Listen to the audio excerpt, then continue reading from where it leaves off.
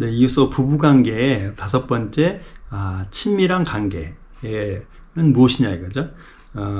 친밀한 관계라는 것은 남녀 간의 친밀한 관계고, 그것은 성관계가 포함된 관계라는 것이죠. 그래서 친밀한 관계는 두 가지가 있는데, 동거의 형태가 있고, 법적 구속력이 있는 결혼 생활, 그렇죠? 동거 생활, 결혼 생활, 그런 형태로 한번 나눠봤습니다.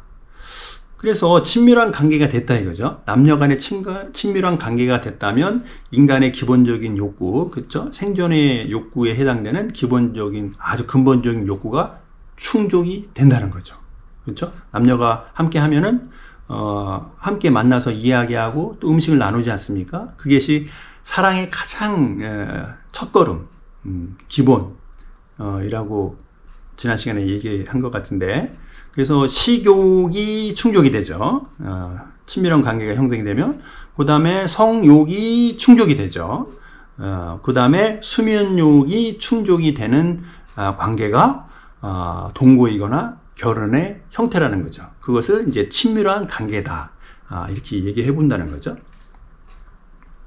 그런데 여기 굉장히 중요한데요. 부부관계에서, 친밀한 관계에서 동거든 결혼이든 말이에요. 굉장히 중요한데, 친밀한 관계가 형성이 되면 어떻게 되냐면 퇴행을 한다는 거예요. 친밀한 관계를 경험했던 것은 어렸을 때 경험을 했지 않습니까? 사람은 누구나 예외 없이, 남자든 여자든 상관없이 어렸을 때 경험을 했다는 거예요. 그래서 그거의 시작은 뭐냐? 함입의 단계를 했다는 거예요. 그렇죠? 아주 가까웠던 애착의 관계로 간다는 거예요. 어떻게? 소극적 퇴행, 그리고 무의식적 퇴행이 된다는 겁니다. 친밀한 관계가 형성이 되면 그렇다는 거예요. 무의식적으로 과거로 훅 가는 거예요. 그래서 어린 시절의 원가족으로 퇴행이 된다는 거예요. 그럼 그것이 어떻게 나타나냐? 남자인 경우에는 그 상대방, 그쵸? 그 배우자가 있지 않습니까? 그 여자를 어떻게 보냐면 엄마로 보는 거예요. 왜? 소극적 퇴행이 됐으니까, 무의식적 퇴행이 됐으니까, 그 현재의 그 나의 배우자 여자로 보는 게 아니라 과거의 내 어머니로 인식을 하는 거예요. 그러니까 과거의 원가족에 있어서의 의미 있는 양육자, 보통은 어머니의 장점을 기대를 하게 된다는 거예요. 남자가. 그렇죠? 그러면 현재 나의 배우자의 그 여자의 단점이 있지 않습니까? 근데 그 단점이 원가족의 엄마의 단점으로 발견이 된다면 부정의 투사가 되는 거죠. 그것이 투사가 되면 으악! 하고 과잉 반응을 일으킨다는 거예요. 친밀한 관계가 되면 퇴행이 되어서 말이죠. 한편 친밀한 관계가 되면 여자는 똑같이 퇴행을 하는데 원가족에 경험했던 아버지의 그 장점을 현재의 배우자 남자에게서 기대를 하고 욕을 한다는 거예요. 그리고 현재 배우자인 남자에 대해서 단점이 발견이 된다는 거예요. 그러면 그것이 투사가 돼가지고 과잉 반응을 일으킨다는 겁니다. 그러니 현재의 동거관계, 결혼관계가 아니라 친밀한 관계가 되면은 둘 다 각자 원가족으로 퇴행이 된다는 거예요. 근데 여기서 또 한 가지, 그러면 현재 배우자의 장점이 있을 거 아닙니까? 남자든 여자든 현재의 배우자의 장점, 고마운 점을 고맙게 여기는 것이 아니라 당연시 받아들이는 거예요. 끔찍하죠? 네. 그러면 그 배려를 하고 사랑을 하고 배우자를 위해서 어떤 언행을 했던 것이 상대방은 당연시 하니까 하는 사람은 힘들죠. 힘들어요. 네. 고마워하지 않는 거예요. 왜냐면 원가족의 아버지가 나한테 잘해준 것이 당연했고 원가족의 어머니가 나한테 잘해주는 게 당연했단 말이에요. 그러니까 현재 배우자가 잘해주는 게 당연시하고 감사 고마움이 없는 겁니다. 그러니까 그걸 제공해 줘도 당연시 여기고 제공해 주지 않으면 왜 제공해 주지 않았냐 그러고 사람이 다 장단점이 있는데 그 사람의 단점이 발견이 되면 우악 하고 과잉 반응을 일으키니 이 친밀한 관계, 동거관계든 결혼관계든 이 남녀간의 갈등이 어떻겠습니까? 보통 관계보다 훨씬 더 증폭되고 그 갈등이 폭발적이고 아주 강렬하다는 겁니다.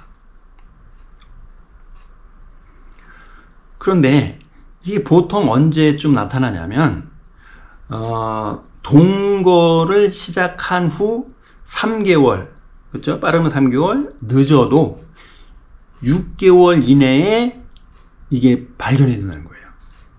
그 갈등이 형성이 되는 거예요. 그래, 남녀의 차이를 말했을 때는 그렇죠? 친밀한 관계에서 말이죠. 친밀한 관계에서 남녀의 관계가 형성이 되면 성관계가 터닝 포인트라고 하지 않았습니까? 나아가서 친밀한 관계가 형성이 됐어요. 그래서 동거를 하든 결혼을 하든 3개월에서 6개월이 지나야 비로소 두 사람의 동거 생활이 결혼 생활이 검증이 된다는 거예요. 왜냐하면 그때 가서 그 좋았던 그 감정은 당연시되고, 그렇죠? 서로에게 기대되고 당연시하고 과잉 반응을 일으키는 부분이 나타난다는 것이죠. 동거를 이제 3개월에서 6개월 정도의 기간이 지나면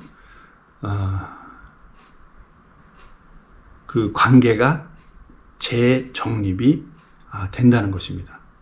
그러면 관계가 형성이 됐다 이거예요. 동거든 결혼이든 관계가 형성이 되면 3개월에서 보통 6개월 내에 아주 심각한 그 갈등이 발생을 한다는 거죠.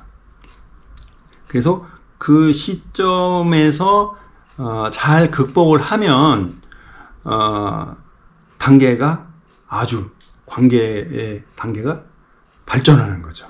그래서 선순환 쪽으로 가는 거죠. 세월이 흐르면 뭐 위로 갔다 내려갔다의 관계의 패턴은 있겠지만 계속 꾸준히 발달하는 방향으로 가던가 아니면 관계가 깨지든 아니면 부정의 기브앤테이크가 발생을 해서 관계가 악화가 되든 안 좋은 방향으로 간다는 거예요. 그러니 굉장히 중요하겠죠. 그 사람의 그 생각이나 가치관이나 신념이나 사연, 상황, 배경은 굉장히 많겠지만 큰 틀에서 보면 이렇게 공통된 부분을 발견한다는 거예요. 그래서 이 지식을 알면 너무 좋겠죠. 왜냐면 어떠한 좋은 점이나 안 좋은 점이 예상이 되니까 그 예상했던 것이 나타났고 그러면 그 문제를 바라보고 어떻게 해석하고 해소할 것이냐의 방향성을 잡을 수 있다는 거죠. 그래서 그 이전에 여러 영상에서 제작된 것이 어쩌면 부부관계가 제일 모든 관계에서 가장 중요하지 않습니까? 그래서 요 관계의 패턴, 남녀의 관계의 패턴, 친밀한 관계에 있어서 남녀의 패턴, 그리고 부부 관계에서의 그 3개월에서 6개월 후에 그 새로운 갈등이 발생했을 때 필요한 지식이라 해도 과언이 아니죠.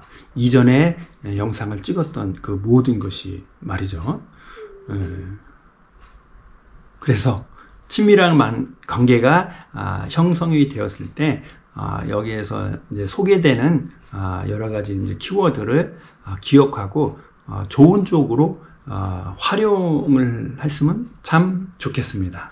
네, 이상 마치겠습니다.